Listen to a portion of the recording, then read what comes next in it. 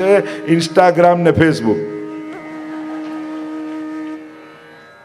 ત્યાં એ શું કરે, પાછા લોકો ફોટા પડીને મૂકે અને પછી આ ઘરમાં શરૂ થાય. સુખ ને સ્પર્ધાત્મક ના બનાવી દો. દરેકના જીવનમાં પોતાના પ્રકારનું સુખ છે, પણ બીજાના સુખ જોવા જશો તો પોતાને મળેલું સુખ નહીં લાગે. અને એટલા માટે સંઘર્ષ પેદા કરે એવા સુખના પ્રદર્શનો નહીં કરવા. પ્રભુ કરે, જો ગમે તેટલા ફેસબુકમાં ફ્રેન્ડ હશે, ચાલતા ચાલતા પડી જશો ને તો બાજુમાં ઊભો હશે ને એ જ હાથ પકડવાનો છે. એ ફેસબુકનો કોઈ ફ્રેન્ડ આવવાનો નથી મદદે. અને એટલા માટે આ મોબાઈલ આદિ બધું ઉપયોગ કરો, બહુ જ જરૂરી છે, બહુ જ સારું છે, એમાં કાંઈ ખરાબ નથી. પણ બસ વસ્તુઓ ખરાબ નથી હોતી, ઉપયોગ કરનારની વૃત્તિ ઉપર ડિપેન્ડ થાય છે. હું તો ત્યાં સુધી કહું, મોબાઈલ પણ વાપરો, પણ તમને કોઈ રૂબરૂ મળવા આવ્યું હોય ને ઘરમાં, ત્યારે એના રૂબરૂપણાના પ્રત્યક્ષતાને રિસ્પેક્ટ આપજો. એ સમયે કોઈની જોડે ફોનમાં અડધો કલાક કાઢો અને પેલો આટલો કલાક ચાલીને આવ્યો હોય, કાર લઈને ગાડી લઈને રૂબરૂ મળવા, તો એ રૂબરૂ જે મળવા આવ્યો છે એને રિસ્પેક્ટ કરજો એના ટાઈમ. ઘણી વાર જો સામે પેલો આટલા દૂરથી બધા ફોનમાં પતાવી દેતા હોય, પેલો સામે મળવા ઘરમાં આવ્યો કે હું તો પોતે આવું છું, અને એની સામે કલાક બીજા જોડે તમે વાત કરો, એના સમયનો, એની હાજરીનો આદર કરજો. નક્કી કરો કે જે સામે મળવા આવ્યા છે એને રિસ્પેક્ટ પહેલા આપીશું, એની જોડે પહેલા વાત કરીશું અને પછી મોબાઈલમાં કોઈની જોડે વાત કરીશું. અમુક જગ્યામાં અમુક હાજરી એની આદર આપો. ઠાકોરજીની સામે હોઈએ, આ સામે હોઈએ, ત્યારે કોશિશ કરો કે બને તો એવોઇડ કરીએ, ત્યારે હાજરી ઠાકોરજીની છે એ હાજરીનો રિસ્પેક્ટ કરીએ કે ના, પ્રભુ બિરાજે છે, હમણાં મારું એટેન્શન, હમણાં મારું ધ્યાન ઠાકોરજી તરફ આવવું જોઈએ. અને એટલા માટે જ ઘણીવાર મંદિરોમાં અને એમાં ઘણીવાર નિષેધ કરતા હોય કે હમણાં મોબાઈલ પ્રવેશ નિષેધ છે. ઘણા કે ફોટા પાડવામાં શું જાય, આમ જાય. હવે વિચાર કરો, કોઈ બહુ ભાવથી દર્શન કરતું હોય અને કોઈ વચ્ચે આવીને ફોટા પાડવા લાગી જાય, ક્યાંક કોઈની ભક્તિમાં વિક્ષેપ થાય ને. એટલે ઘણીવાર ઘણા નિયમો બનતા હોય છે, એ રોકવા માટે નથી હોતા, પણ કોઈ બીજાની ભક્તિમાં વિક્ષેપ ન થઈ જાય એના માટે હોય છે. કારણ કે શું, મોબાઈલમાં ફોટા ભગવાનનો રહે એવો મોબાઈલ છે પવિત્ર? મૂળ વાત એ છે કે પ્રભુનો રિસ્પેક્ટ રાખવું, સ્થાનનું રિસ્પેક્ટ રાખવું, સમય સંજોગનો રિસ્પેક્ટ રાખવું. કોઈ ગુજરી ગયું હોય ને ત્યાં જ પડ્યું હોય ને એની જોડે જોથી કોઈ બીજા જોડે વાત કરી. અમુક સંજોગોને આદર આપતા શીખીએ આપણે બધા. સુવિધાઓ છે, જરૂરી છે, એની ના નથી, હોવું જ જોઈએ, પણ અમુક જગ્યા, અમુક વ્યક્તિ, અમુક સ્થાન, એનું રિસ્પેક્ટ જાળવવું પણ જરૂરી છે. અને એ કોઈ કે, કોઈ રોકે એવું શા માટે? મેચ્યોરિટી કેમ નહીં સમાજમાં? સમાજમાં ભક્તિ કરવાની મેચ્યોરિટીની જરૂર છે. સેલ્ફ ડિસિપ્લિન કેમ નહીં? કોઈ રોકે, ટોકે, પાછું ખોટું લગાડીએ, પછી હવે નહીં આવું ને હવે આમ નહીં કરું, એટલી બધી રકઝક કરવા કરતા બોર્ડ માર્યું છે, વાંચીને એને નિભાવું ને. આપણે જે રિસ્પેક્ટ રાખવાનું છે એ રિસ્પેક્ટ રાખીએ. આમાં કોઈ કહે ને આપણે કરીએ પછીની વાત છે. હા, ઘણાની જવાબદારી હોય, કામ હોય, આ હોય. ઘણા લોકો એમ પછી પ્રશ્ન એમ કરે, તો અમે આ લાઈન કરાવવા બધાને રોકી, અમને અપરાધ તો ના લાગે ને? બધું ના, કારણ કે તમારી જવાબદારી છે ક્યું કરાવવી. ત્યારે કોઈને રોકવા, કોઈને આવવા દેવા, કોઈને વ્યવસ્થા. હવે પોલીસ એવું વિચાર કરે કે ના ના, આને નથી રોકવો, આની અંદર પણ ભગવાન છે, તો વ્યવસ્થા થાય. રોકવાની એની જવાબદારી છે. જ્યારે કોઈ તમે કોઈ ફરજના કોઈ પદ ઉપર બેઠા હો તો એ ફરજ નિભાવવી એ તમારી જવાબદારી છે. ત્યારે ના કરો તો અપરાધ લાગે. એટલે ઘણીવાર વૈષ્ણવતા ક્યાં વાપરવી, ઘણા લોકોને એમ થાય પછી આ વૈષ્ણવને રોકીએ તો અમને અપરાધ લાગે. અરે ના, અત્યારે તારી ડ્યુટી જ આ છે, વ્યવસ્થા જાળવવી. એટલે દરેક વસ્તુનો વિવેક છે મારો કહેવાનો અર્થ. એમ એક મેચ્યોરિટી સમાજમાં કે આપણી ભીતર સવારે સેવામાં છીએ, આમાં છીએ, ત્યારે થોડોક એક વિવેક જાળવીએ કે અત્યારે હું ઠાકોરજી માટે છું. તમારી એ 15 મિનિટ, તમારો 1 કલાક જે ઠાકોરજી જોડે તમે બેઠા હો છો, એ 24 કલાકમાં તમારો સૌથી પ્રિસિયસ ટાઈમ છે. સૌથી કિંમતી ટાઈમ કયો? કે જ્યારે તમે ભગવાન આગળ બેઠા હો છો. અને એ કિંમતી સમયને નકામી વાતોમાં વેડફી ના નાખતા. એ તમારી પાસે કલાક જ છે, પછી તો ઓફિસે જવું જ પડશે, પછી તો ઘરકામમાં જવું જ પડશે.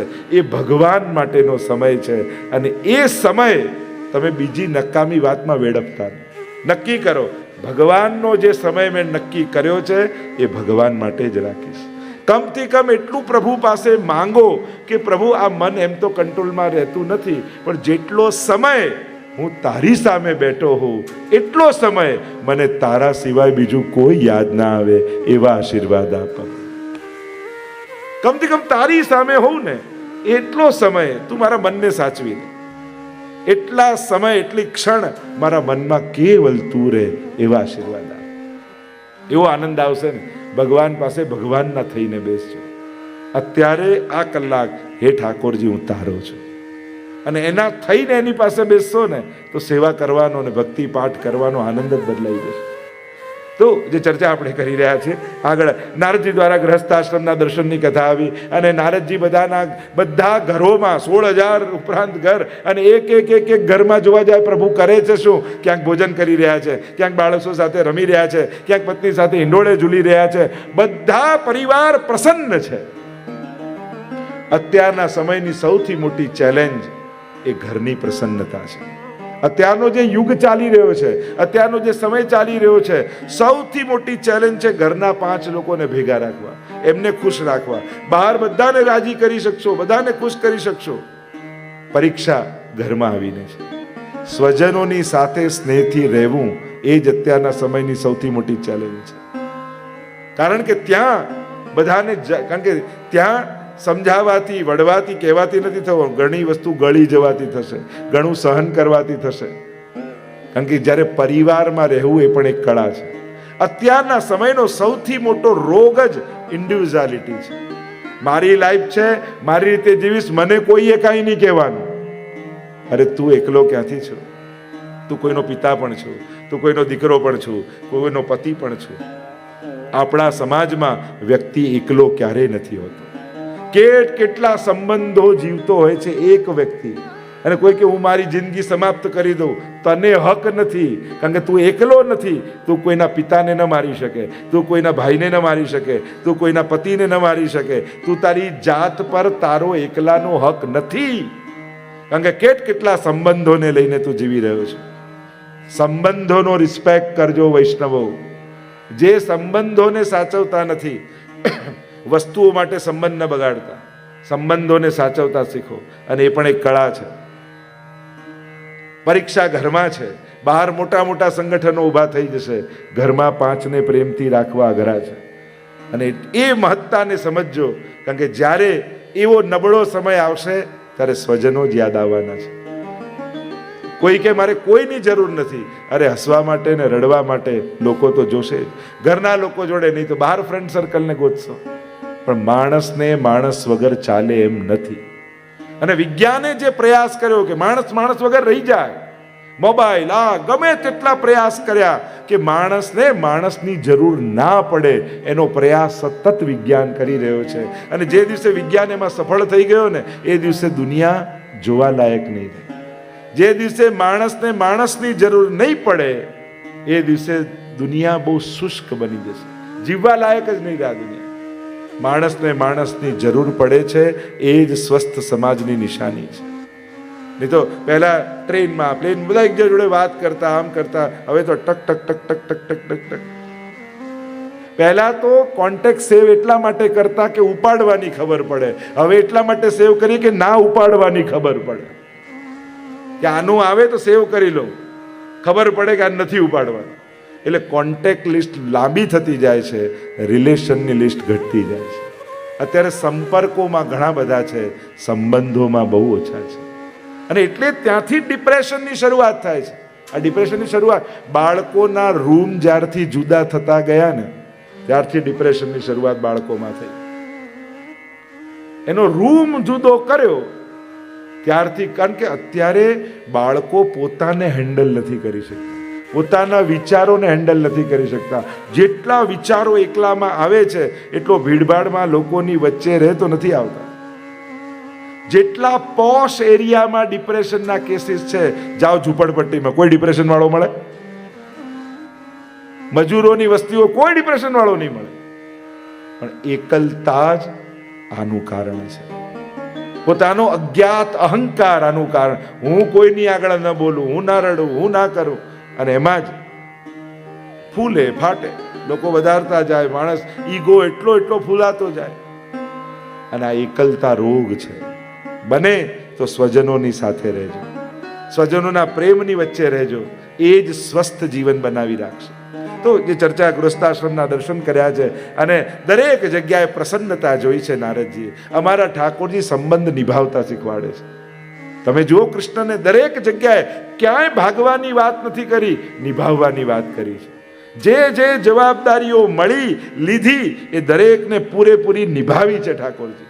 વૈષ્ણવતા સમાજની જવાબદારીઓથી ભાગતા નથી શીખવાડતું, વૈષ્ણવતા જવાબદારીઓને નિભાવતા શીખવાડે છે.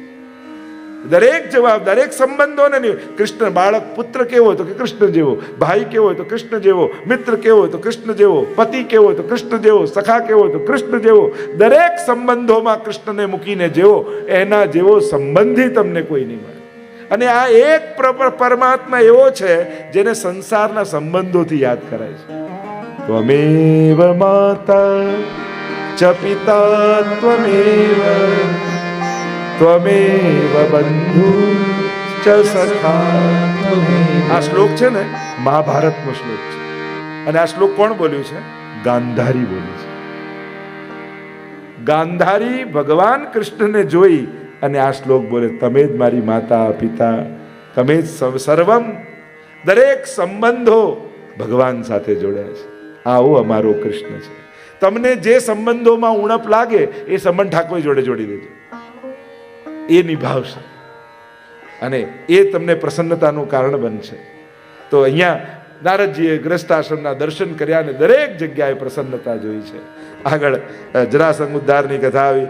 રાજસુ યજ્ઞ નક્કી કર્યો છે કે રાજસુ યજ્ઞ કરવાનો છે અને જીતવાનો બાકી રહી ગયો જરાસંઘ.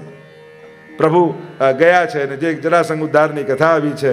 અને હવે રાજસુ યજ્ઞમાં પહેલું પૂજન કોનું કરવું એ પ્રશ્ન જાગ્યો છે. અને સર્વાનુમતે નક્કી કર્યું કે આપણા ઘરના મંગલ પ્રસંગમાં પહેલું પૂજન ઠાકોરજીનું કરવું. શ્રી કૃષ્ણની પૂજા, અગ્ર પૂજા કૃષ્ણની કરીશું. અને વિરોધ નોંધાવ્યો શિશુપાલે. આપણી ત્યાં તો વૈષ્ણવી પરંપરામાં તો એ પ્રકાર જ છે. ઘરમાં કોઈ સારો પ્રસંગ હોય તો પહેલો મનોરથ ઠાકોરજીનો કરે. જન્મદિવસ આવે તો પલના કરીએ, વિવાહનો દિવસ આવે વિવાહ કેલ કરીએ, મનોરથ ઠાકોરજીને કરાવીએ. આ વૈષ્ણવી પરંપરામાં જ છે. અગ્ર પૂજા પ્રભુની. જીવનમાં કોને યાદ કરશો? જ્યારે સારા દિવસો આવે તો પહેલા ઠાકોરજીને યાદ કરવા. એક નિયમ બનાવો કે આપણા જન્મ દિવસે આદિમાં ઠાકોરજીનો મનોરથ, ગુરુને વંદન અને વૈષ્ણવની કણિકા લેવડાવો. કોઈક ને કાંઈક, નહીં તો કોઈ ભૂખ્યાને ભોજન કરાવો. પણ એવો આગ્રહ રાખો કે તમારા જન્મ દિવસે હરિ, ગુરુ અને વૈષ્ણવ આ ત્રણની સેવા કરીએ, આ ત્રણેયના આશીર્વાદ લઈએ, એવો ભાવ આપણે ત્યાં છે. અહીંયા નક્કી કર્યું કે ઠાકોરજીની અગ્ર પૂજા કરીશું. અને વિરોધ નોંધાવ્યો કે આ કૃષ્ણની, આ તો ચોર છે, આ રણછોડ છે. અનેક પ્રકારના અપશબ્દો શિશુપાલ બોલ્યો છે. અને ભગવાને સુદર્શન છોડી શિશુપાલનો ઉદ્ધાર કર્યો છે. અંગે જ્યારે